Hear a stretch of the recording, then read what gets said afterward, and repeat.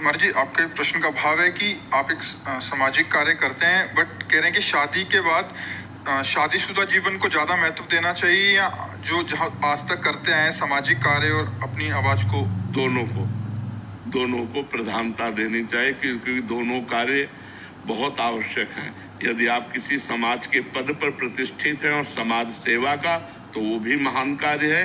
लेकिन आप किसी की पत्नी हैं, वो भी एक धर्मयुक्त कार्य है। तो आपको धर्म की प्रधानता रखते हुए पारिवारिक पोषण और समाज की प्रधानता रखते हुए सेवा, दोनों को बैलेंस बना के चलना होगा।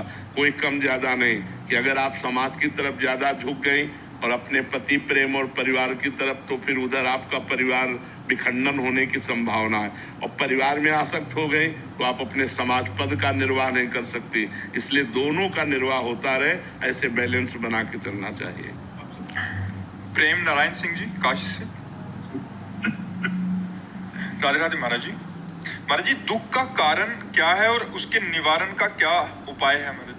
मोह सकल व्याधिन कर मूला। मूल, दुख का मूल क्या है? अज्ञान, मोह। ये जब तक अज्ञान है तब तक दुख से पिंड नहीं छूटने वाला। शरीरों के प्रति मोह होना, भोगों में मोह होना, ये सब दुख का कारण है। अज्ञान मूल अविद्या।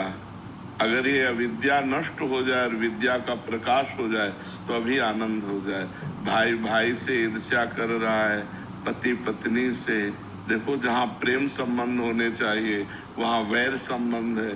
पत्नी पति को मारे दे रही है, पति पत्नी को मारे दे रहा है।